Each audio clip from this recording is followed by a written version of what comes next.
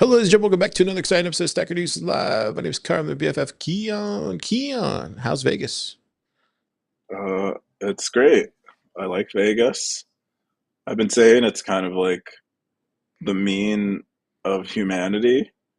It's like the average, which I like a lot. No, I don't mean that as like a as an insult. I think that's actually a really good thing. Just kind of like the Bitcoin conference is sort of like the average of Bitcoiners. Um, I feel like Vegas is sort of like the average of people, and it's got it's designed for easy fun, simple fun. And I think that's cool. But yeah, I like it. How's Austin? It's going good. Holding it down. Holding it down. Did you meet any famous any of your heroes? Did I meet a hero? I Did you meet don't any of think your so. heroes? I don't think, Yeah. I don't really meet people, but I always see people and want to say hi. And then I'll like look at them thinking about whether to say hi, and then I'll just walk away. But I did meet Ben Kaufman, Oh, who that's was cool. new to me. Yeah, who worked on Spectre. Um, and he's a really nice guy. And then I met Merch again. I always see Merch at these things, which is awesome. He did a great job with BitDevs. Um, ran into a few stackers. I met Derek Ross. I hadn't met Derek Ross before, Oh, which was nice. cool. Yeah, he was You, just people were just flocking around him. Um, I don't think I met anyone else. They had some pretty good art that I liked quite a bit. did you see any Stacker Uh, News hats in the wild? no, none. But I should have brought some. I just figured no one. It's been a long time since anyone's asked me for one, so I didn't bring any. But I should have brought some because at least one person did ask for one. So Yeah. Well, that's good. yeah, It's been a quiet yeah, week over here at the lab. Just been me and Nick holding it down. We said bye to EK, and he broke his monitor this week, so that's been a whole thing. But yeah, it's been pretty quiet. yeah. It's always. I think there was one year where you all went to the conference and I didn't go, and I enjoyed it quite a bit. It's nice to have. It's like your roommate going on a trip. Kind of get the house to your whole self finally. Yeah, yeah. If you've never seen this crazy show before, it's called Stacker News Live. We cover the front page of Bitcoin. Let me go to the YouTube channel. Yep. We're streaming live right now. But yeah, I would say if you've never been here, go ahead and click on some of these links. We have all the links here available at the very top. Our show is growing slowly but surely. You can click on subscribe. It turns out it's free. It doesn't cost anything, and you can click on it. There's these videos that Wumble makes every week. I think last week our highest viewed video was the. Let me see if I can find it. Is it the Steak and Shake one? I think it was a Steak and Shake one. Yeah, it was a Steak and Shake takes Bitcoin. That was the most viewed video from last week. Apparently, everybody really liked that one. I guess because it's probably top of mind, so people wanted to know about it.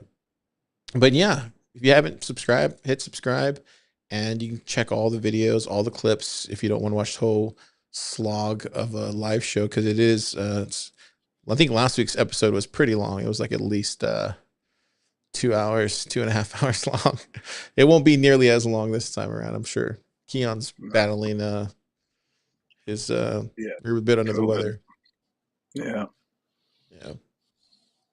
Okay, so we're gonna dive into it. We're gonna start backwards. Number five top story of the week is new Alby Hub release. This is V17 or V1.17 is here. This is from Alby, May 27th, Lightning territory. 12 comments, 1,118 cents. Keon, what's this? yeah. So it looks like Alby Hub had a new release. Just trying to find it because I got out. But I think the main parts here, they revamped the sub account feature, or so they call them sub wallets, which is where you can basically create a like a limited wallet that only has so much money in it, for someone like a family member or something like that. And then they also did more on-chain stuff. So they list out your on-chain transactions. And I don't know what the auto swaps between Lightning and on-chain are, excuse me. But I I would guess what's going on is that if you get a Lightning channel that has too much liquidity on one side, they perhaps swap on-chain uh, and get some of that liquidity more balanced. Um, yeah, just another release. I would say this is probably one of the more popular, probably the most popular way to connect um, applications, Lightning applications, to nodes that you're running yourself these days. And so it's always cool to see improvements. Yeah, it's super. I haven't played. I don't know if they've updated this one, but I mean, I don't know if it's the family and friends or however they have that set up, but it was always super annoying to having to like drill down into the app store and then click on family and friends when you just wanted to go into the sub wallets. So it's good that they finally moved that over. They probably heard a lot of similar um, grievances about that. And there's also a couple other things. I wish they would allow you to move some apps to the left side, because there's some apps that you use, Stacker.News being one of them. Um, and I wish you could just move that over. If that makes any sense. You know what I mean? Like to the Mm. left side of the pane there. There's some other ones there too. Shout out. I would say shout out Justin from Lightning Pub. He was the one that originally came up with that concept for sub wallets, if I remember correctly. Um, it looks like everybody had adopted that. But yeah, it's really cool to see that kind of take off. The top comment was from Nichiro. He said, "Nice update. Looks like it's time to give the sub wallet a whirl to see how simple it can make for onboarding noob and family members." Art Tillette says, "Yep, doesn't look like the new version is available at the Umbro App Store yet." Then Albie said, "We'll publish it today." Yeah, I think I don't know. What do you think about the sub wallet stuff, Keon? Have you played with Albie at all with the new one? I mean, I use Alby Hub to connect my home node to Stacker.News and anything that supports NWC as a payment method. But I haven't used the sub accounts yet. I imagine that's how I'll onboard my wife at some point. I've also thought about maybe giving accounts from on my node to EK and Socks so they can pay for like a sort of like a Stacker.News expense account. Like what do they call it? It's like not funny money. I don't know. But like have give them the ability to spend Stacker.News funds on Stacker.News's behalf to the extent that they need to. Um, but I haven't actually done anything with it yet. Yeah, I think it's amazing, dude, because like you can make these different accounts, and then what's great about it is you can assign sats to it, and then from there, yeah, you can refill it and stuff like that. I think in a family scenario, it makes perfect sense because the attached wallet for the actual like the one on your phone is Alby Go. So from there, you just have to select the wallet, and then it looks exactly like Wallet of Satoshi. So yeah, it works. Yeah, like for what you're saying, it worked. It would work phenomenal for that. Um, yeah, it's good to see them iterating on it. Yeah, Cool. I think it's the best product in this category in Bitcoin personally. Yeah, totally. Uh, I wonder what they're going to do with the whole. I wonder what they're going to do with the whole. Uh, just the browser um, extension. I wonder what they're going to do with that, or if it's just. uh, I think they're still. I mean, it's still going, so I think they still intend to do it. It connects back to or it like syncs up with your node. Um, they like share that account, so I think I think it'll always be uh, a product that they maintain because people use it. Yeah. Did you see the other one? I think there was it not Voltage? It was the other one. There was another one I saw you post that was a release this week. Who was the other one that released something this week? Um, Gosh, how am I forgetting their name? Was it Amboss? Amboss? Yeah, did it Amboss have something this week? They did a release at the conference, and it's basically like Voltage, sort of, but the point isn't like you're a business that's accepting Bitcoin and Lightning payments. It's more so they spin you up a node, and it's like self custodial in the same way that Voltage is, but then it operates like a routing node, and they attempt to like optimize your channels and lease channels and stuff, and attempt to earn you like yield on the Bitcoin that you're running on the node. So it's like Voltage, but a routing node rather than like a business or receiving node. And then it has like this AI side to it. We'll talk about it a little bit, and because I think it's Okay. related to the Cash App. Okay. Um, I pulled it up, but yeah, I'll save this for later then. Let me go back real quick. Yeah, I thought that was an interesting one. Okay, we'll go to the next story then. Number four top story is payment methods in Venezuela. This is from B57, May 26, Econ territory, 7 comments, 2,061 cents. Keyan, what's this? yeah, so Beef has been.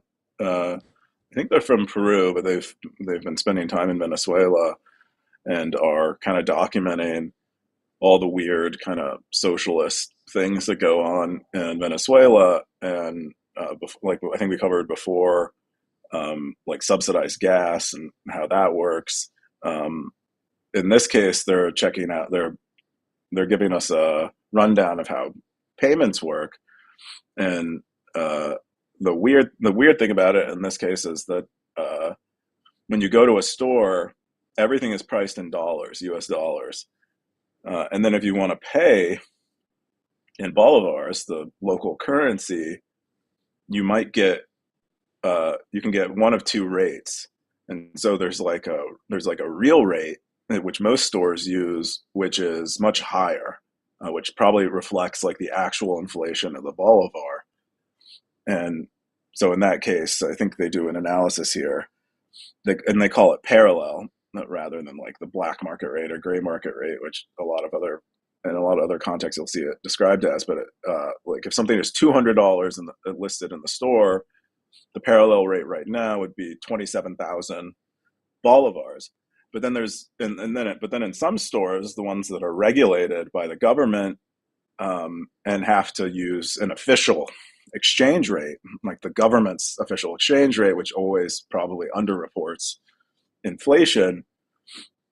They call that BCV, and in that case, you'll pay less. So if you go to a store that uses BCV, you'll pay less, and $200, you'll for something that's quoted at $200, you'll pay 19,000 bolivars. And then I guess they also encountered a biopago payment terminal, which is you can pay with biometric um, information. I guess the government has everyone's fingerprint or something, Gosh. and they can associate that with a bank account and allow you to pay for stuff that way. So that's yet another way, but I would guess it similarly is either using the parallel bolivars or BCV bolivars. And they ended it by saying they continue to search for somewhere that they can spend Bitcoin, and they're kind of frustrated or surprised that they're unable to find somewhere where they can spend Bitcoin, because they know that a lot of Venezuelans are hip to Bitcoin and aware of Bitcoin.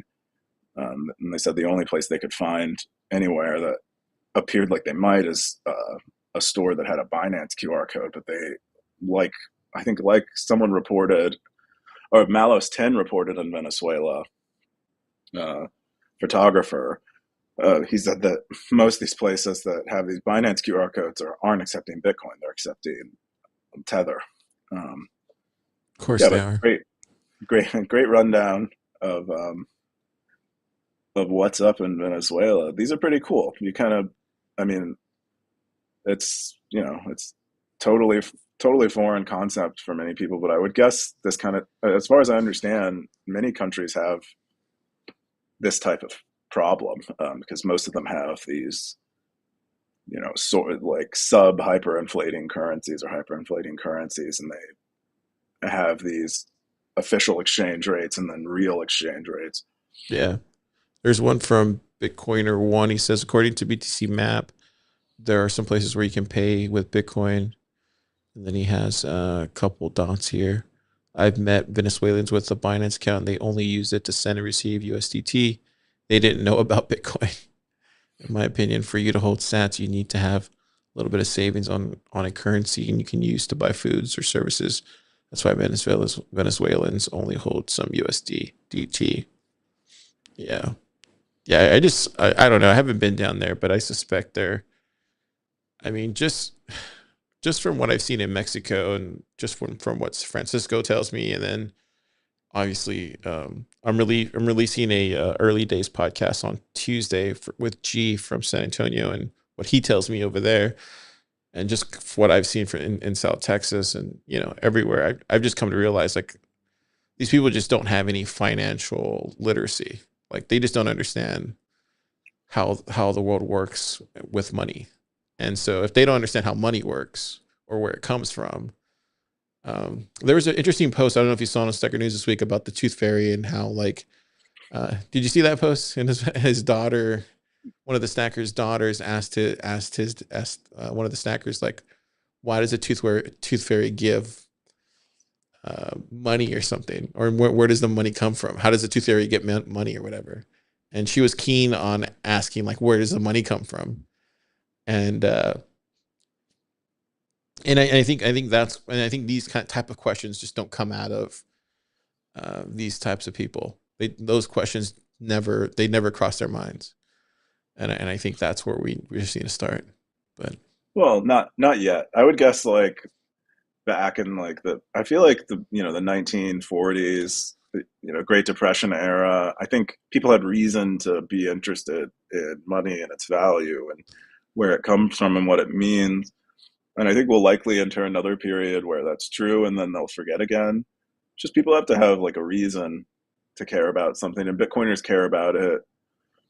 I don't, either by accident or because they have, an interest in it. Like some people have an interest in hockey or basketball, and kind of lucked out with that interest. But I would suspect we'll get a lot more people understanding money when the dollar begins to have more obvious problems globally. We're just a ways away it's from that. also those things too. Like, do you ever see the North Korea thing where I think it was like a CIA op or something where they were dropping like USB drives over North Korea and like informing them of like what was going on in the world or so. Did you ever see that where they were doing that? Oh no, I don't think that was a CIA op. I think that was like a human rights. Oh, human rights thing, yeah.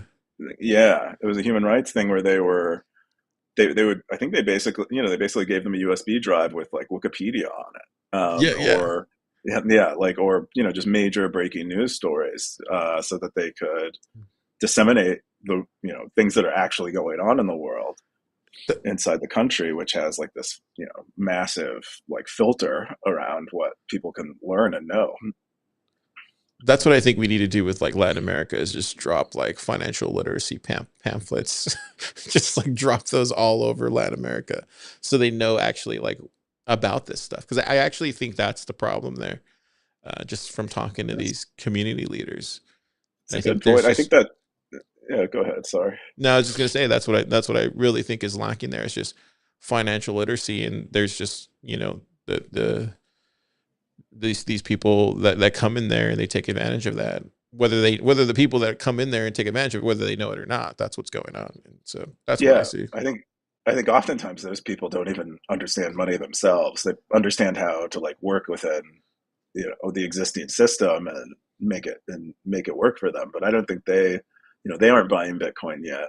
They don't really get it. That was like a big theme that I saw over and over at the Bitcoin conferences. The kind of the suit class of Bitcoiners were would regularly say that the institutions aren't even here yet. Like everyone thinks that the ETFs mark the arrival of the institutions, but it is like it is like a tiny fraction of their portfolios. They still don't get it, and it will probably still be a long time for them not to get it. And I was going to say before about education in Latin America and elsewhere in the world, financial education. We do have those programs like My First Bitcoin Yeah. and Bitcoin diploma.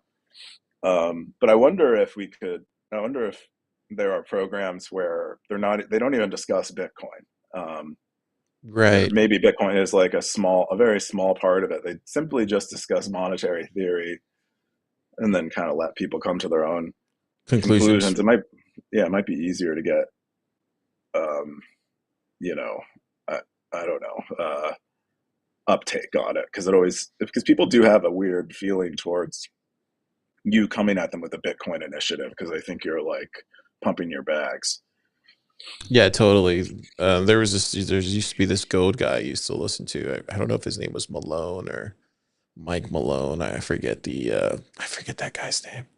I used to watch his stuff all the time, and I thought he was so fascinating because he would just go through the whole history of like Rome and I forget his name. Mm. He was amazing. He would do The this whole YouTube videos? yeah, they were YouTube videos, but he would do this whole docu Yeah. series. Do you remember Malone? Was that his name? Yeah. No, I don't. I know exactly what you're talking about. I He was like a watched. Graham Hancock, but for like currencies. A Yeah. fascinating guy. I loved I would just binge on his stuff. Like right when I got into it was like around 2014, 2015 when I was getting into all that stuff. I was just like watching it, just Yeah. fascinated by it. I've shared it before. I think Darth Coin is a fan, and Super. But he's somebody that taught me how all that worked. And I think because before then I didn't understand any of that stuff. So I think that's where I think you're right. We just need to start with like financial literacy and go from there. Cause it took me a really long time to understand that. It took me years. Um, Literally years. It took me like 2 to 3 years to really understand it at a core level. And I'm dumb as rocks. I'm like really dumb. So it's like if it took me a really long time, it takes a long time to stick.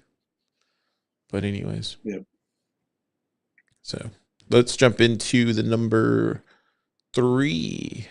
Number three, top story of the week. This was probably the biggest news of the week. Square terminals to accept Lightning. This was from Scoresby. 39 comments, 2,038 sats, May 27th. Bitcoin territory. Keyan, what's this? yeah. So Jack tweeted this out and released the blog post, but I guess they're going to roll out to all Square terminals, which I don't know how many merchants they have. I wish they provided that conveniently in these releases. But I guess anywhere there's a Square terminal is the idea. You'll be able to pay with Bitcoin, and on behalf of the merchant, I think Jack elaborated on this somewhere. But on behalf of the merchant, Square will auto convert it into fiat for them, and they might, but they can go into their settings and instead change it so that they accept that they'll keep the Bitcoin that they receive.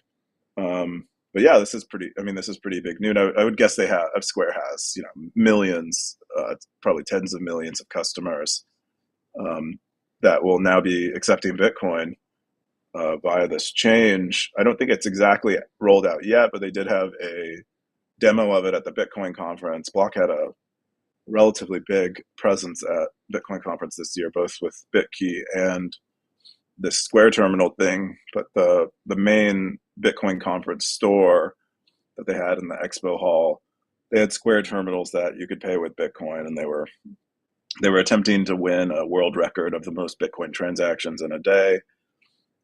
I don't know if they made it or not, but it required 4,000. Did you use it? Uh, Did you try it at all? I did not use it. I had a line. I was going to use it because I wanted to document it because I think it was now asked for a video, but then I saw so many videos of people using it online. I was like, no one needs me to record it. Um, but it it seemed like a lot of people were using it. I talked to people who used it, and it was pretty straightforward. I mean, I think most people were using CashApp to Square Terminal, which is basically probably like an internal. It probably doesn't even really use the Lightning Network. Um, but still, still pretty. I mean, I think pretty awesome for uh, Bitcoin as a medium of exchange and being able people who are living on Bitcoin being able to spend it. I think my only gripe was with this is, and I don't know if you had any gripes with this, I put it in the comments below because I think for somebody like me, I just I think because we use Zaprite, like I think a vast majority of Bitcoin businesses use Zaprite and some of these other payment solutions, and people like John and the builders at Zaprite have been working on this stuff for a really long time, um and so like I just for me I just don't try to come at this from a non-biased approach, but I guess it's just kind of hard. So I'm gonna try to be not biased for the stackers, but I just don't understand why I would use a fiat option like Square for Bitcoin payments at this point. I think for me here, let me just get this out, Keyan, because I know you'll give me the alternative side. I put it here, and I literally put it here Hmm. inside the thing, and I probably explain it better on here. So go read the post, but and I totally get everybody else's side to this, but I just look at it more from bottom up, like, and I do think we're entering a phase where it's just more crucial to be Bitcoin native, and I believe that that that a company like Zaprite is far more um,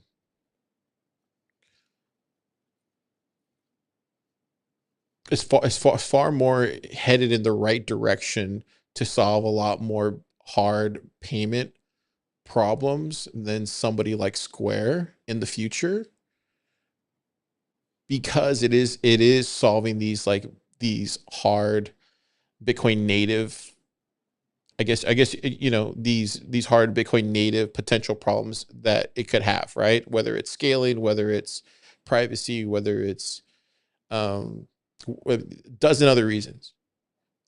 And when I look at Square, all I see are liabilities on that side because of regulation.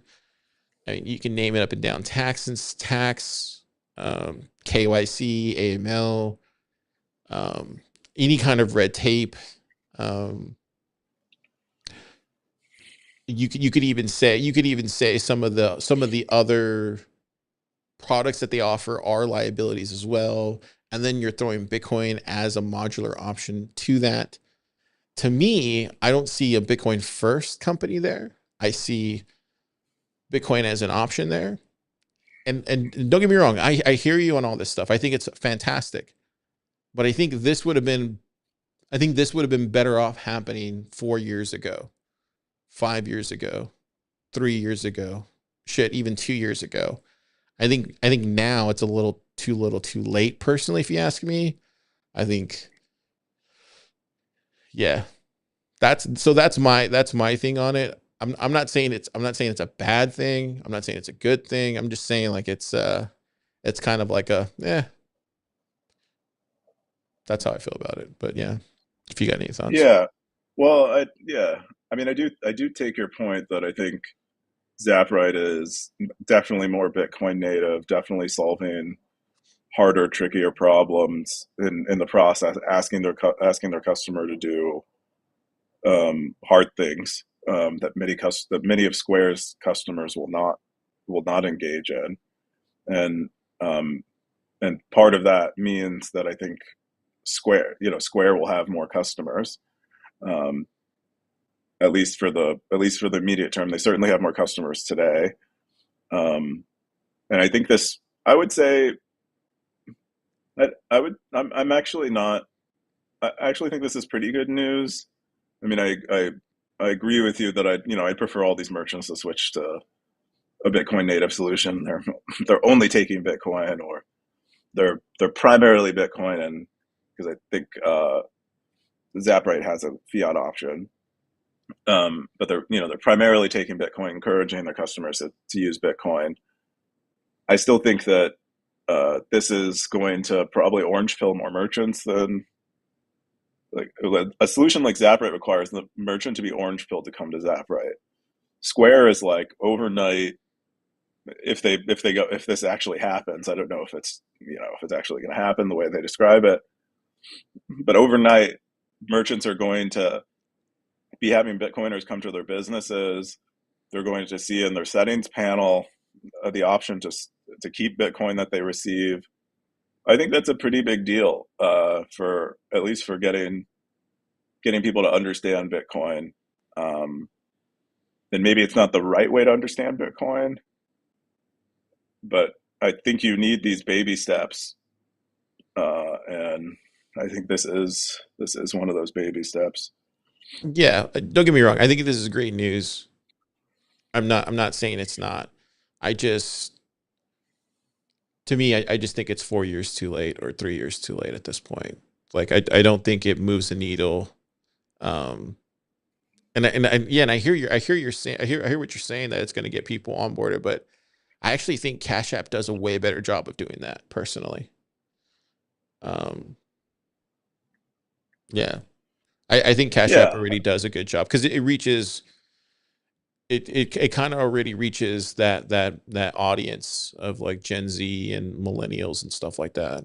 Um, so yeah, that's why it was always kind of weird to me that they didn't implement this a lot sooner. It was just always kind of weird, and even how it's always been separated from Square and Cash App, and it's always been a weird thing. And that's why I just never like understood why they just couldn't do it sooner.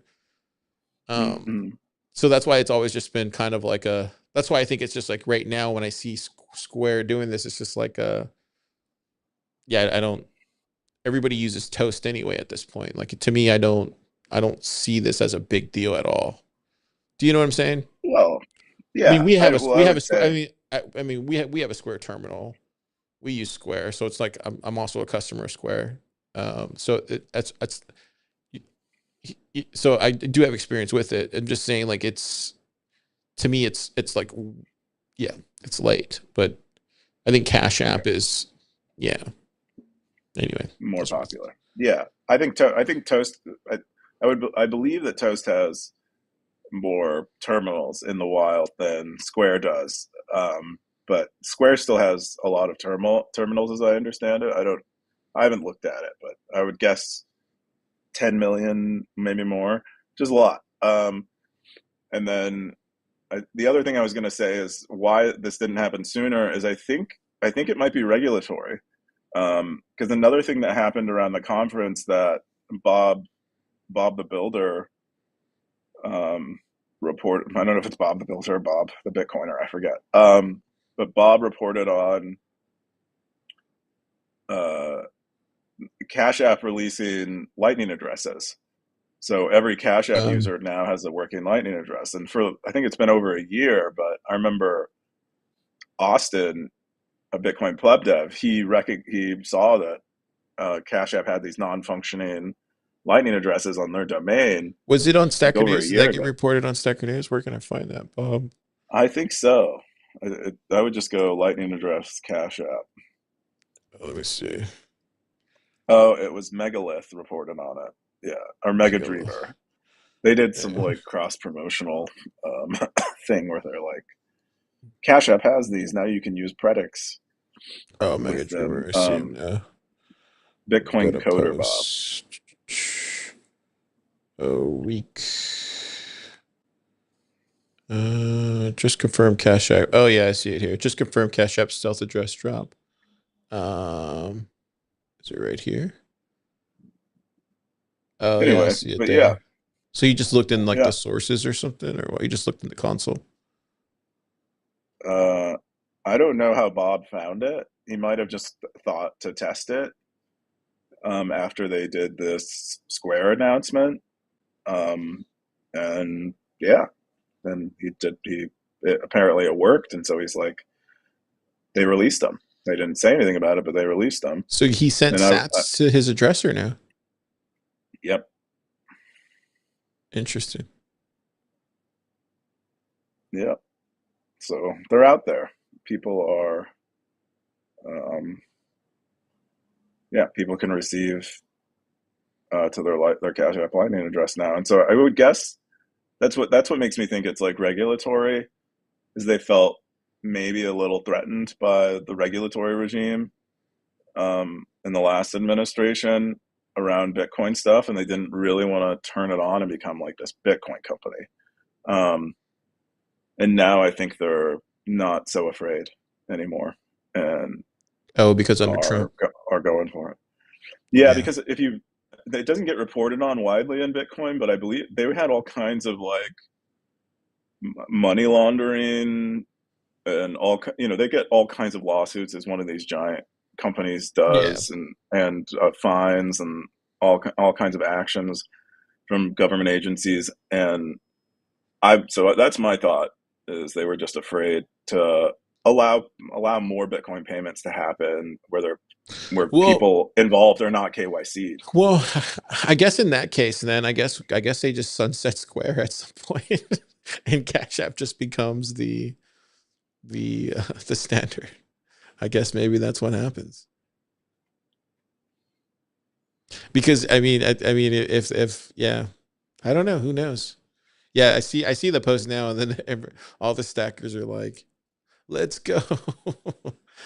Yeah, so it looks like one of them said, "Thanks for confirming. Shame that New York is not allowed. I think the best way to confirm if someone's cash tag works is by calling the endpoint, and then replace cash underscore tag with actual users cash tag." Um, that's interesting. That's crazy. Leave it to Bob the Yeah, Builder to figure that out. Cool. well, Good it's stuff. Bob. It's Bitcoin or Bob, or Bitcoin Coder Bob, not Bob the Builder. Yeah. He always wins all the Zebedee hackathons all the time at Tabcom. He's a Cool. cool guy. I've run into him a lot. Yeah, he's the one that sent the sat spam, member. All Oh, right. right. Yeah. Let's go to number 2. Top story notes from Bitcoin Vegas open source stage. Just from Pleb Poet, May 29th. Bitcoin territory, 14 comments, 3,425 sats. Keon, what's this? Yeah, it looks like Pleb Poet covered her first day of the Bitcoin conference, spent at the open source stage. It looks like she attended 5 talks at the open source stage. And she gives us the rundown of each of them, or her perception of each of them. I didn't catch the 1A, 1Z report, but I believe I've seen this report before, but it kind of covers open source funding, and no surprise to Bitcoiners that are paying attention, but most of the open source funding primarily comes from Jack Dorsey and his, and Block Square. Um, of course, we also have Brig and HRF and stuff, but I think Spiral and OpenSats primarily being funded by Jack, uh, have make up a much bigger share. And then I believe the digital currency initiative, the head of the digital currency initiative at MIT, Neha, talked about scaling Bitcoin, and more or less argued for a soft fork. Uh, I think Shinobi did an interview with her for Bitcoin Magazine around the time of the MIT Bitcoin, I don't know what they call it, conference or something. Anyway, I guess Jana went up to her after and confronted her about, so sort of, she talks about it as if she confronted her about Lightning and her thoughts on Lightning. Um, anyway, lots of good stuff. I attended the status of the Lightning panel, which I thought was good. That was like Roy from Breeze, Jordy was moderating it, Antoine, um, who at one point worked on LDK, and an Chain Duel, the I believe the founder behind Chain Duel, which I think is like a Noster game. They all talked about the status of Lightning, and I thought it was pretty good. Some of the highlights are like Roy said he's seen most of his customers come strangely from crypto, where they want to integrate Bitcoin into their wallets, um, which is pretty surprising. And then also gaming, um, yeah, and that was, and then BitDevs was really long. It was like 2 hours, but it was Oh, they great had because they we had a had, live bit devs over there. yeah, Oh, interesting. Stefan, Merch, Stefan the designer, Merch, and Matt Corallo. They all rotated between topics. It was really good because you kind of had application dev, you had Merch talking about Yeah, on that sounds chain, good. you had Matt Corallo talking about Lightning stuff. So it was really good. That's awesome. Yeah, and that was her report of her first day at the conference. Cool stuff. Yeah. Anything that you checked out at the open source stage? Did you check out any of the open source stage stuff? Yeah, I checked out. I mean, the two ladder talks in her list, I got to see those. Otherwise, I was moving around, going to the mining stage. I like the mining stuff a lot. I don't. I just have like a pull towards it. So I went to one talk about uh, I think like miner efficiency and like hardware competition, and that was a good one. I went to another one that was like it was a summary or presentation of the Cambridge mining report that came out this year, where they discuss like where the energy is coming from, where the miners are located, just like general trends in mining, which I also found pretty good. And that was pretty much most of the day. Oh, I think I saw Elizabeth Stark on stage at one point. Forget who she was with and what they were talking about exactly. But then I got sick, and so now I It missed out on a sucks. bunch of stuff. Oh, Yeah, that it does suck. sucks. Dang. That's a bummer. Yeah, we watched Yeah, well, me and Nick were watching the JD Vance one. We watched the Safadine one, which was tragic. We watched the Ross one, and then what was the other one that we watched? The Sailor one.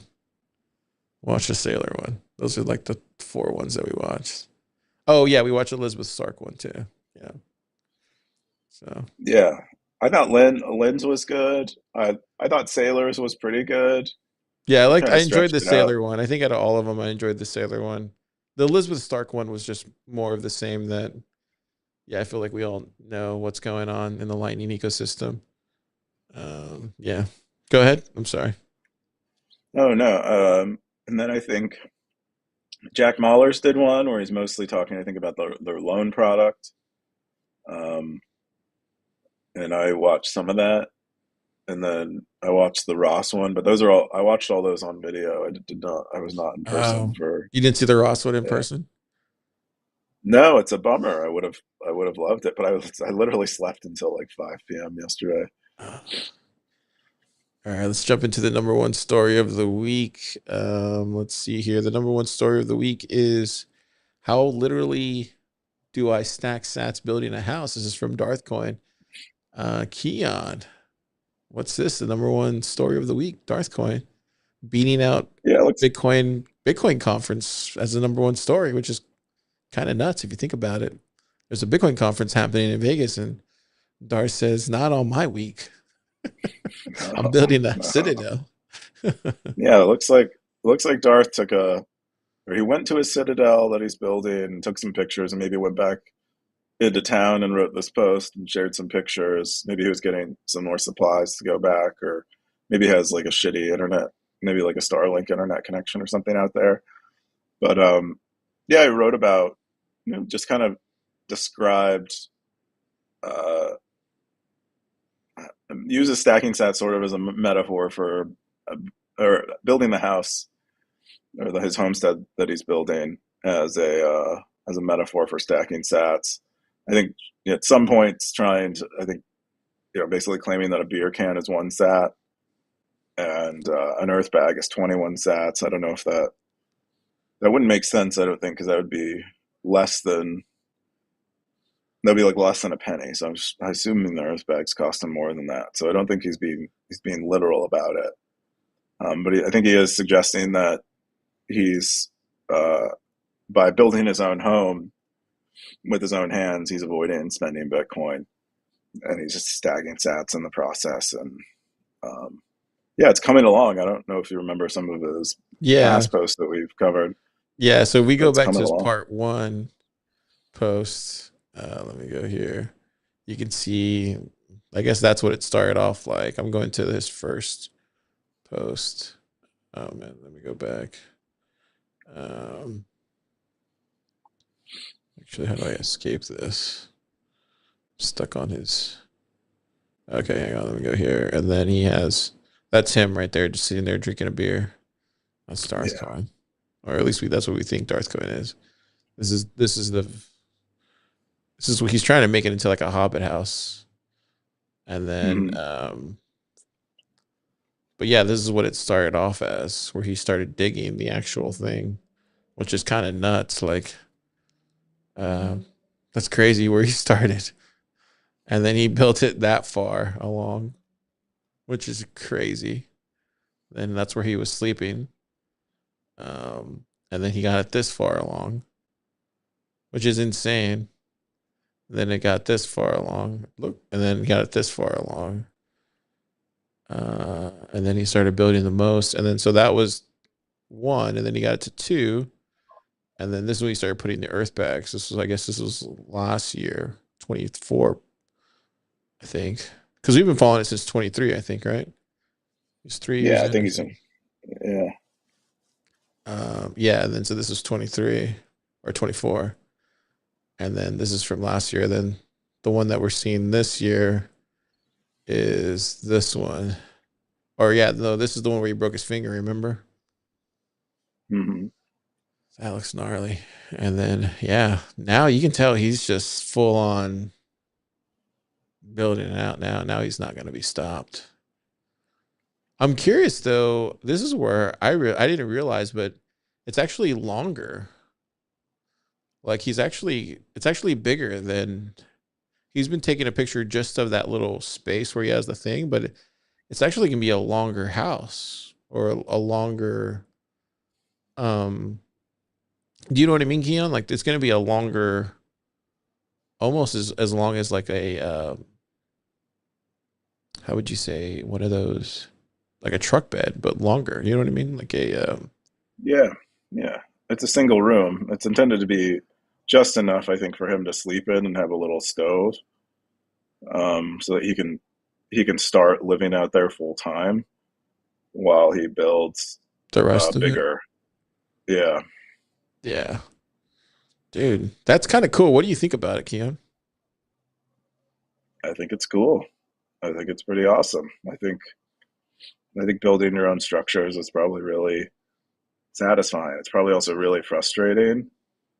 It's probably even when you're done, you probably remember all of the mistakes you made, and that might be Mm. frustrating. But I think it's cool, and it's probably really satisfying. And yeah, I think before I leave this earth, I want to do something like this for sure. What do you you think? can join Darthcoin out there one summer. I got invited to go out to one of my one of the guys is in my brotherhood. He was moving to Santa Fe, I think, somewhere outside of Santa Fe. He's building like a ranch. He's trying to build something Hmm. like this, not like this, but like his own kind of thing. And he invited all of us um, to go out there and help him. He said, just hit him up and go out there and learn. But yeah, I just have to go out there and reach out to him and ask.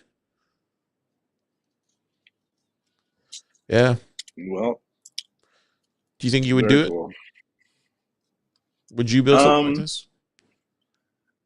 I think I'm a bit disillusioned with stuff like this. Like I've renovated homes maybe not the same thing, but I don't know. I don't think I. It's just I don't think it's for me at this point in my life. Maybe I would have done it earlier. I think I'm a little more focused on doing things that other people benefit from, and I feel like I could build a house like this and it would be very rewarding for me. But I think I would find it on some level unsatisfying um, that it was only for me. And I'm not Yeah, saying but anything but what against if doing you things only for you. but what if you built it for everybody though?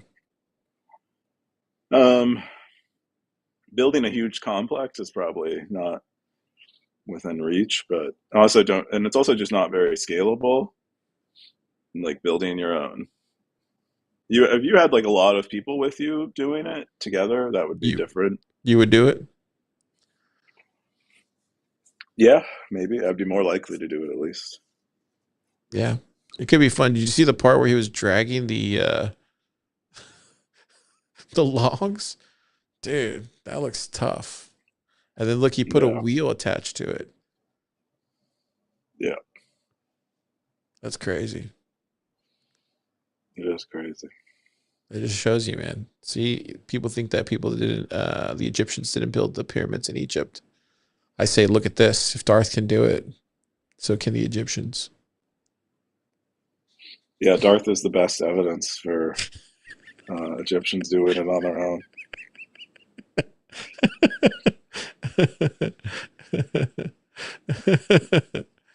Anyways, I thought this was a great post. It's pretty Yeah, awesome.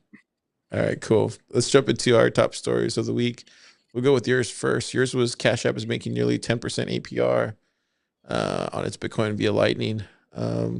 What's this? yeah. So Cash App runs a an LSP called C equals, and they have I think they have something like 170 Bitcoin deployed to that Lightning node.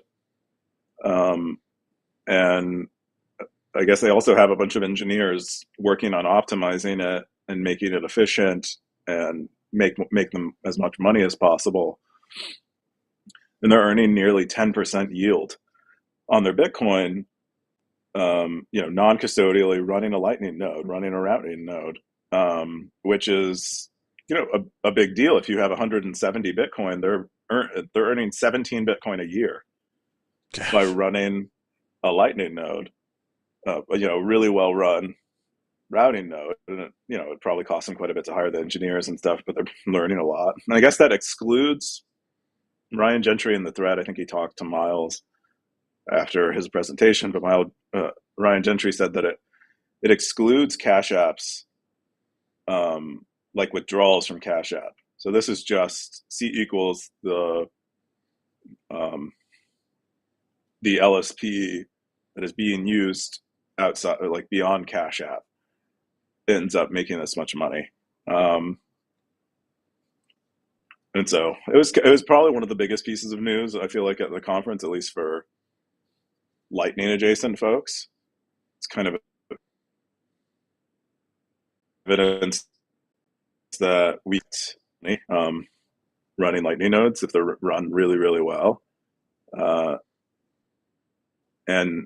we talked about the Amboss announcement, but the Amboss announcement said it was related because they're basically trying to provide that type of yield as a service by you paying them to run a Lightning node for you that you have the keys on, like you have on a service like Voltage, and they're going to optimize. They're going to use AI and stuff to optimize the channel management and stuff and try to earn you yield. They don't promise 10%, but they predict they'll be able to earn you like 1 to 4% yield by running a Lightning node efficiently, um, a Lightning routing node efficiently. Anyway, it's just I think for me it really caught me off guard.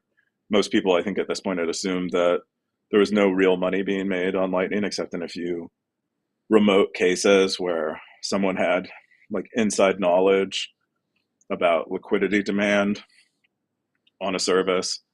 Um, and maybe that still applies here. Maybe this is not generalizable, but maybe it is. Maybe maybe we'll have JP Morgan running Lightning nodes to earn yield on Bitcoin. Maybe rather than like rehypothecating Bitcoin that are taken as collateral for loans, it is rehypothecated into a Lightning routing node and used to make yield on a Lightning routing node rather than being lent out or spent somewhere else where it's harder to control. See, that actually makes more sense. Like to me, those are the financial products that we should be making as Bitcoiners, not like not like not these other products that we're making right now and turning them into securities and doing these other things. You know what I mean? Like, yeah. Yeah. Um, anyway, that was my top story. I just thought it was big Do, news. ten so percent per year on Bitcoin. That's a lot. do you think because you talked about this, I want to say it was like 2 months ago or maybe it was a month ago, you were saying I don't know, you probably don't even remember saying this, but you were saying that in the future you do think that there will be some sort of like you thought that there would be some sort of thing where you could just put your money into. Yeah. Do you remember saying that? You were saying like, yeah, and you Yeah. would just put your money into this thing and then like it would just automatically. Can you talk about that again real quick? Do you remember what I'm Yeah. talking Yeah. So about? my yeah. So I think the dream is for Lightning is it works like Bitcoin mining in that you like get a box. It has a Bitcoin address on it. You send Bitcoin to the Bitcoin address on the it's a black box. You plug it into the internet, it starts doing Lightning routing for you and making you money. Doing Lightning routing, like that's like the I think the dream for Lightning. And I don't the black boxes don't exist yet, and instead it's like a very complicated piece of software that you have to sort of manage yourself, and there are automation tools, but nothing that is as dumb as a Bitcoin miner, where you literally just plug it in, you give it internet, you point it at a pool, and you start generating Bitcoin with it. Yeah, That's we're what I not think there the yet. ideal is. Yeah, we're not there yet, but that's the ideal for Lightning, and this kind of is directionally going that way.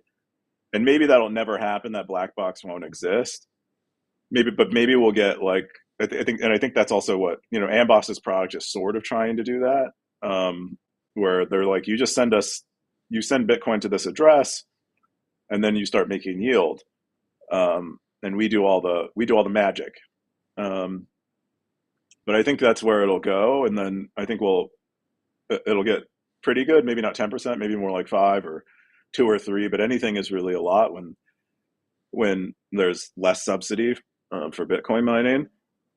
And then I think you'll have very sophisticated, uh, math people, financial people who are making 10%, 20% on routing because they're just, really, really smart about it. Yeah, and then over time the AI would just get better and better and better data sets. Yeah, Um, and then at that point you're just you're just I don't want to say printing money, but you know what I mean. You're yeah, bullish. Crazy. yeah. Interesting. Yeah. Yeah, it's a good story. Hmm. I was gonna bring up the Ross Ulbricht um his his presentation at the conference. But yeah, I watched the whole thing. It was great. I felt like the first half was really great. He like thanked everybody, and he's a great public speaker. I didn't realize how good of a public speaker he was. But yeah, he thanked everybody for getting him out of jail, and thanked Donald Trump, and went into three things about unity, decentralization, and freedom. Talked about how those were important things, and yeah, what did you think about the talk? Yeah, Well, I thought it was. I had the same reaction to you that he seemed like a great public speaker. I think his tone at times was like surprisingly radical. I really? thought he would. Yeah, I thought he would have been. I don't know, a little more meek about like a, yeah, he kind of hinted at like being counter to the government a couple times, which I found surprising because he just got out of their prisons, which uh, which is probably not somewhere he wants to go back, but he was willing to say it anyway. And then I was also surprised he did praise blockchains generally, which scared me a bit. No, Do you think he's gonna like? that's what Nick said. The same thing. He said the same thing, and I was like, I didn't hear that. I heard that. I heard that he was surprised that he saw all these different technologies that shocked him, along with AR and AI and all this stuff and VR. That's what I like. He was shocked Mm, that all these different things had come out. mm, That's what I I don't heard. But know. yeah, I guess yeah. Yeah, I would. I would bet. I don't know how, like, under what odds, but I would bet that he might launch a blockchain um, Oh, at some point. Is kind of the read that I had on a little bit of his speech. Yeah, I think he presented really well. His message was nice. It was heartfelt, and um, you can show it really. He weathered prison well, but it also probably wore him down a bit. I don't know what he was like before. I don't think we have much content in terms of what he was like before. But yeah, I thought it was definitely one of the highlights of the his conference. cabin story was interesting though when he was talking about the wasp and stuff. And when he said that story, the first thing I thought of was like, I don't know, like if I saw seven wasps there and he was trying to make shrooms or something or mushrooms, like I Yeah, would take that as a sign not to not to not to plant mushrooms there. But he took it as a sign like, oh no, I need to get rid of these. decentralize. I Yeah. thought that was hilarious. Like even back then, like people were, it was he wasn't reading the signs. But anyway, I thought that was I thought it was a great talk. I thought even though, but his cell was. Did you see his cell? They showed a picture of his cell. Mm, Horrifying, dude. I It don't know. looked like something out of Count of Monte Cristo. I don't know if you saw that part. It was pretty bad. Um, Well, yeah, they tend to be pretty as big as they need to be, but no bigger. yeah, he And said I that he guess got in I guess when trouble.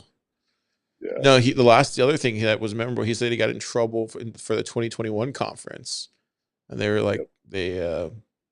he got in trouble for that, but it was worth it. Uh, so that was that was crazy. Yeah. What were you gonna say?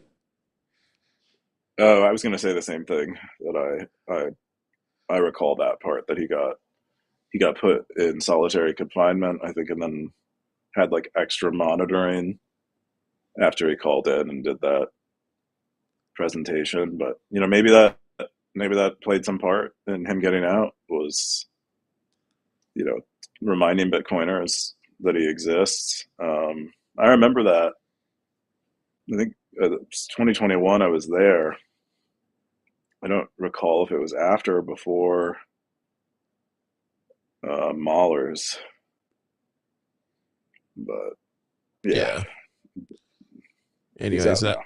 that was one, and then the other one I wanted to bring up was the Mecha Comet. This was this modular phone that I don't know if you saw this, but No. dude, this phone is freaking sick. It's a Linux phone. It's modular. It allows you to connect like all sorts of different types of keypads. Uh, you can snap in, snap out, different sorts of like USB-C ports, all sorts of things. There's like a Pi hat extension to it. Um, it has an LTE. It has a really good battery on there. They haven't even launched on Kickstarter yet, but people already like um, anticipating it. Has camera, has all the same things that you would need, but it can just do so many different things, Keon. I don't think I've ever seen a phone like this before. It's entirely open source. You can run obviously your own version of it. You don't have to use their OS. You can use your own version of Linux if you want.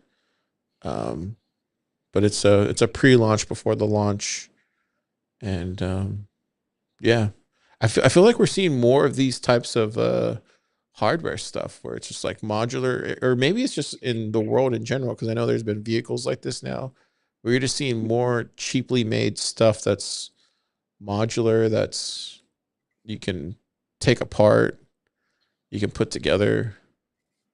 Um, yeah, Yeah, I think it's just gotten. I think our hardware manufacturing abilities have gotten better. I think a lot more. We have a lot more open source components that are, and a lot more things are more modular. Um, so I think it's a great time to be a hardware startup. We're probably like at the beginning of a real, Renaissance. uh, yeah, of hardware. I'd guess. I mean, especially after the Pebble Oh yeah, relaunch. Yeah. yeah. It's never been a good time, especially with AI. With AI like going where it's going now, you could probably start building for some of that stuff, especially if you're going to need robotics in the future. Um, anyway, I just wanted to share it. I definitely want to get one of these. I'm not a really big, huge phone guy, but when I saw this, this is like one of those kind of phones I would buy early and endure the pain of the early prototype stuff. I like this kind of stuff. Anyways, but it looks super thick though. Look how thick that thing is. Yeah, not a sleek phone. Not a sleek phone at all. People would be like, "What is that brick?" I'd be like, "Yeah, it looks cool." Anyways, imagine browsing Stacker.News on that. What do you think? Uh, You think it I would don't. show? You think it would show well? I think it'd be fine. It's just you would see fewer stories on the page. It would probably be fine. Yeah, maybe. The other one I wanted to bring up was this one. This one I just found this right before we went on the show. It's called the world's 12.5 trillion underground economy. This is from this is from Jocko Yoho 629 in the Econ territory. I don't really browse that territory much, but I found this one to be um, pretty out there. Let me see. Let me go here. So this is from Ernst and Young. It's called Shadow Economy Exposed. This is estimates for the world and policy past March 2025. So they basically put together this thing called um, I don't know. They're trying to figure out why 12.5%. Let me get this right. Let me get the numbers right. They're trying to figure out why 12.5% of the world's, no, 12.5 trillion of the world's, uh, 12.5 trillion of the global economy is the shadow economy. So whether that's cash, whether that's like Cayman Islands, whether that's, some people even say Bitcoin, cryptocurrency, all that kind of stuff. And they're trying to figure out like why, where that's coming from, how that's concealed, all that stuff, and how do we get people to pay taxes on that? How do we get people to um, reduce that? And so they go into the whole study. Overall, so right here it says overall 119 of 131 countries studied experienced reductions in their shadow economies between 2000 and 2023, with an average decline of 6.7% of GDP. The most significant reductions were observed in low income countries, while high income countries displayed the least change, due in part to smaller initial scale of unregistered activities and relatively stable socioeconomic conditions. The Stackers posted this one right here. It says shadow economy in the world percentage of GDP. And I think the most interesting one was this here. Where is it at? I think I have it here. It's on page 59. Yeah, it's on 59. So they go into how they're planning on reducing the shadow economy. And they talk about this thing called DEPIT, debit or DEBIT, and it talks about reducing and limiting. Yeah, here it goes right here. There you go. BISEP model. So it talks about compliance and about getting people from having to use full force of the law to you deter by detection to you assist to comply, and then you make it easy. And they have like different ways of influencing the taxpayer and their behavior, whether it's like sociological, psychological, economic, and industry or business. And I thought this was really interesting because when you start looking up this model, the BISE model, and you start looking online what that is, and there's that goes even further, which I thought was fascinating. But it's a really deep article. I uh, I didn't realize $12.5 trillion was considered like shadow underground economy stuff because they're taking, and I think that one of the stackers posted it here. Like, what are they actually? Where is it at? Yeah, because yeah, it's basically unregistered transactions. So it's anything that's not being. It's basically anything that's not being counted like with a receipt or something. So whether it's cash, like if I bought something from you on Craigslist and it's cash and it's not documented, that would be shadow economy, right? Mhm. That's that sort of thing. So it's not just, and it also Legal. yeah, it's also even people that are high net worth that are using like tax haven countries and doing all sorts of hula hoops and loop de loops, you know, Cayman Island stuff. So, what do you think about that? Uh, I think I'm also surprised by the size, but at the same time, not super surprised. Especially given how broad the definition of shadow economy is. Basically, it includes where people are actively evading a normal economy, in addition to people who are maybe unwilling or just not even thinking about the participation in a shadow economy, participating in it. But I think with the global economy, it's like, I mean, what does Michael Saylor say? It's like 400 trillion or something. So that's quite, 12.5. That's a lot. Uh, yeah, I don't really have many But thoughts on that. It is interesting the way they think about it, where they do acknowledge that it's their fault.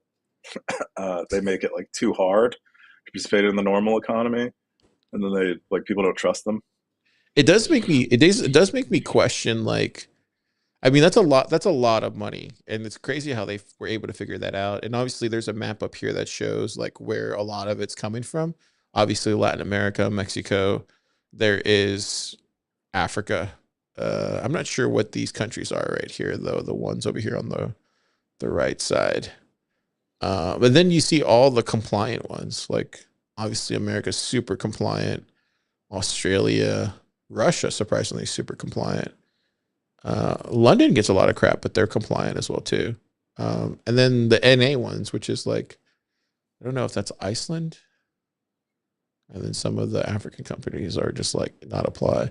But I wonder if it's so it got me thinking about this. The more I thought about it, I was like, I wonder if that's why you see all these kind of crackdowns with like some of these major celebrities going on right now is because of the because they're worth like billions of dollars.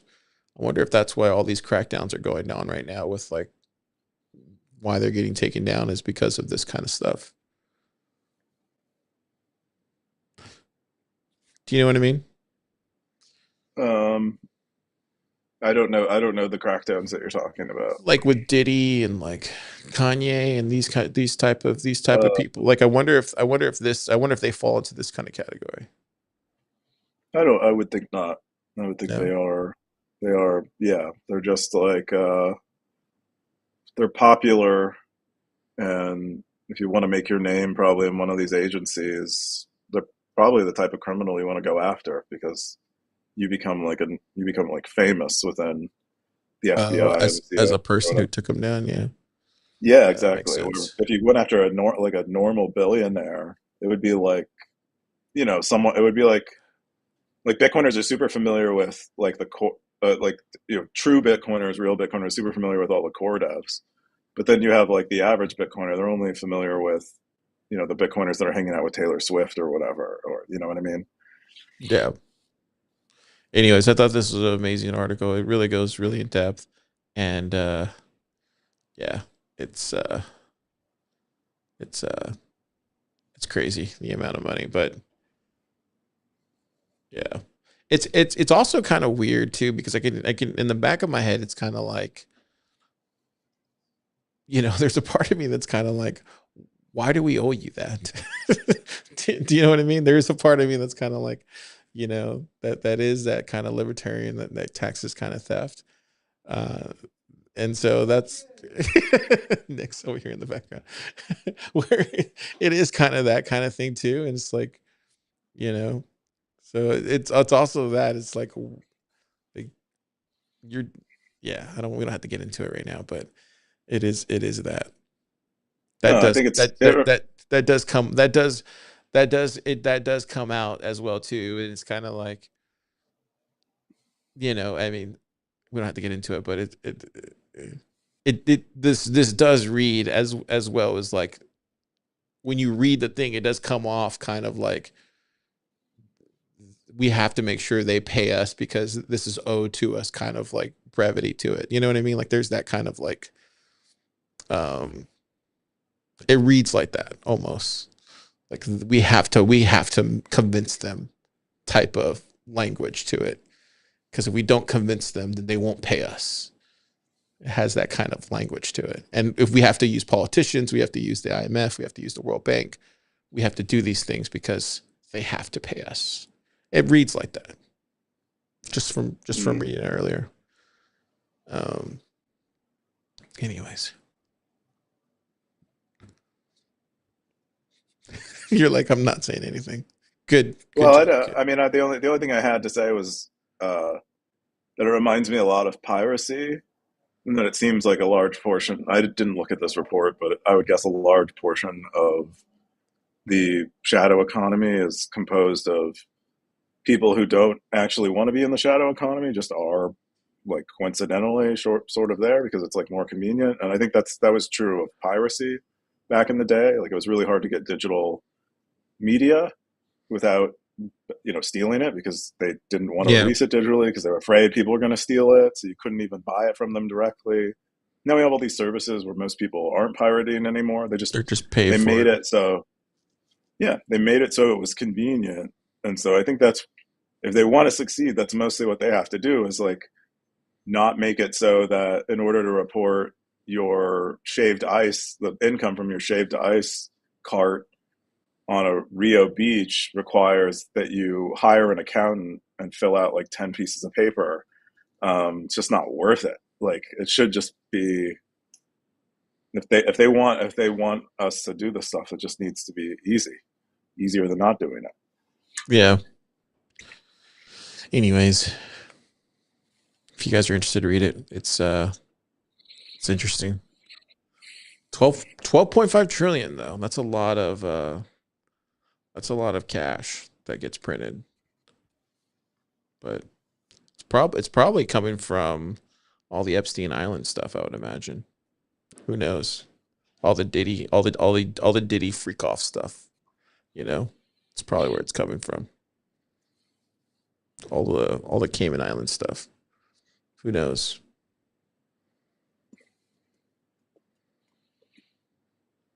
Anyways, that's all we got. Those are all the top stories. All We're gonna right. jump into the top stackers. Let me go here to top stackers. Cowboys. Oh wait, that's right. Top Cowboys. We don't do the stackers anymore. That's chop liver. Keyan, you got it pulled up on your side. Yeah, I You have do. Yeah, I don't have my hat today. You'll have to You forgive didn't bring, me. you didn't They bring it? wouldn't let me through TSA with my hat. Also, you need real ID now to go through Wait, what? TSA. You need you need to have like a special ID card to go through an What about your airport now. passport? Passport works, but your like Oh, driver's license no longer works, yeah, you should get a which passport. is You not? I thought you had a passport. yeah, but I just don't. It used to be that you could just use your driver's license. So when I went to TSA, I used my driver's license, and "Oh, oh, we have a problem." Is what the guy what the guy was like. It's like, "Oh no, you can't use this." And I What? was like, "That's what he said." And I was like, What did "I you have my do? pass." I was like, "I have my passport in my bag. I can just give you my passport." He's like, "Oh, okay." He's like, "All right." And then Well, what if it he was happened if like, you didn't have your ID or if you didn't have "I a have no idea. I have no idea. Maybe they would have locked me up. Maybe they would have thrown me in on the tarmac, thrown me what? into a jet engine. I don't So know." you can't But travel without your Gestapo pass now or something or what? What's going on? I guess that's as of May 7th in the United States. In order to travel domestically, you need like an ID that has some digital tracking on it, or a passport, which also I think has this tracking on it. Um, That's but crazy. he was like he was like your driver's license is no good for flying anymore. It's no good here. He's like, that's the rule. Dang. This is at Austin's airport? Yeah. Or yeah. Dang. Yeah, I've always used my passport. I've never used my ID before, but I guess that makes sense. Why I've never gotten Anyway, stopped. it I was wonder just what would have weird. happened to you. I wonder if they would have detained you. He was getting up out of his seat. Oh, So really? yes, I think he was going to drag me somewhere. But I think they like screen you. They like probably take you somewhere and like interview you or something. Maybe Oh, they tell you you can't leave. I don't know, but I was about to not take my passport, and my wife was like, "You might want to bring your passport just in case." So I'm glad I did. dang. Anyway, Don't lose your back to the top passport. Make sure you don't leave it at the hotel. for real. Top Cowboys. We have hiding me, who's boring, uh, undisciplined 117, blockchain boog, Gray Ruby, and coins reporter. And then public enemy, CH0K1. It looks like we haven't changed much up here. Den has maintained his. Even Rothbard Fanatic has maintained his. Suarez. That's new. Suarez rising the rank. Suarez is not new. Oh, Uh, based on this ranking, he's had a cowboy hat for 100 days. oh, EK is rising up. Lots of stackers maintaining their hats. real Bitcoin dog. Real Bitcoin dog. Simple stacker. Socks. Um, Mega Dreamer. Yeah. Kick. Nout. Mhm. Nunya. Nunya business. Yeah. There's me. 49. Wow. Juan. Max Webster. Space Hodler. Yeah, pretty good. Pretty good stuff. Pretty good. We're gonna jump into. I think that's it. Oh, let me check Fountain. I don't know if we got any Fountain. It's been a while since I checked Fountain. Let's see here. Which one was the last one? It was this one. Where does the boost at? Oh yeah. Oh yeah. Let me see. The May. I guess this one. Death of the ad supported web. Or actually, you probably haven't checked the last two. Let me go. This one. Oh yeah. Here we go. This is from episode 172. Blockchain Book says last week's episode didn't pop up in my library. I'll give the comments some love for that episode. There he goes. And then Bob the Cow says, "Don't hack me, bro." Great Ruby said, "Sap." I guess Bob the Cow is somebody that loves the show. He's the one that says frolicking in the thing. And then from last week's episode, Blockchain Boo says, "Don't worry, Car. The nuts end on day 365. Zap." Oh, because He's talking about, oh, because of the of him always dropping nuts in the saloon. So when is day 365, Boog? Was he just doing it for a year or something? Is that what he was doing? That's what it sounds like. When is day 365? I think in every one he lists what day he's on. Okay, well that's good. I can unblock him. And then Gray Ruby said he shared an episode link. Let me go here. But it's just our episode link. That's weird. I don't know what that means. I don't know. Anyways, cool. Let's go back to Stacker.News. Keyan, what are you doing this weekend? I'm going back to Austin. I'm hopefully gonna get over my sickness. But those are my big plans. Is like not get more sick, sleep a Yeah. lot. How about you? What are your big plans? Probably work tomorrow. Get some stuff done. And then no, not much going on. Next week will be busy because it'll be June. We got a lot of stuff coming up in June. So it's been a slow May's been pretty slow for me, but it's been good to have a break. I felt like we've been really busy. So it's been good to have May as a really slow time for me. So yeah, I guess June and July will be very busy for us. So looking forward to getting back to busy times again. So yeah, gonna enjoy the Amboss. last of a nice break. Yeah, cool. Keyan, well, I hope you feel better. Get at it. Are you at the Trump Hotel, you said? Yeah, How do you like the restrooms? Pretty good? Are they golden? the restrooms. Yeah, they're fancy. The toilet has a phone next to it. Really? Yeah, I don't know. I haven't tried to use it, but it's weird. I don't get it. I don't know what it's there for. Have you ordered room service? Have ordered room service. I wrote a post about room service. Yeah, I I mean, saw the because post, I'm but sick. have you gotten room service from Trump Hotel? Is it good? It's okay. It's not great room service. Probably get better room service at one of the nicer hotels that a lot of Bitcoiners were staying at, like the Venetian or whatever. The room service here is pretty mediocre, but it's great when I'm sick and I can't go out. I feel weird about like traveling around and getting people sick. Um, but yeah, I hope. In general, I'm okay. I probably wouldn't stay here again, but it was nice. It was fun. It was good for the lulls. Yeah. Well, hopefully you feel better. Travel safe.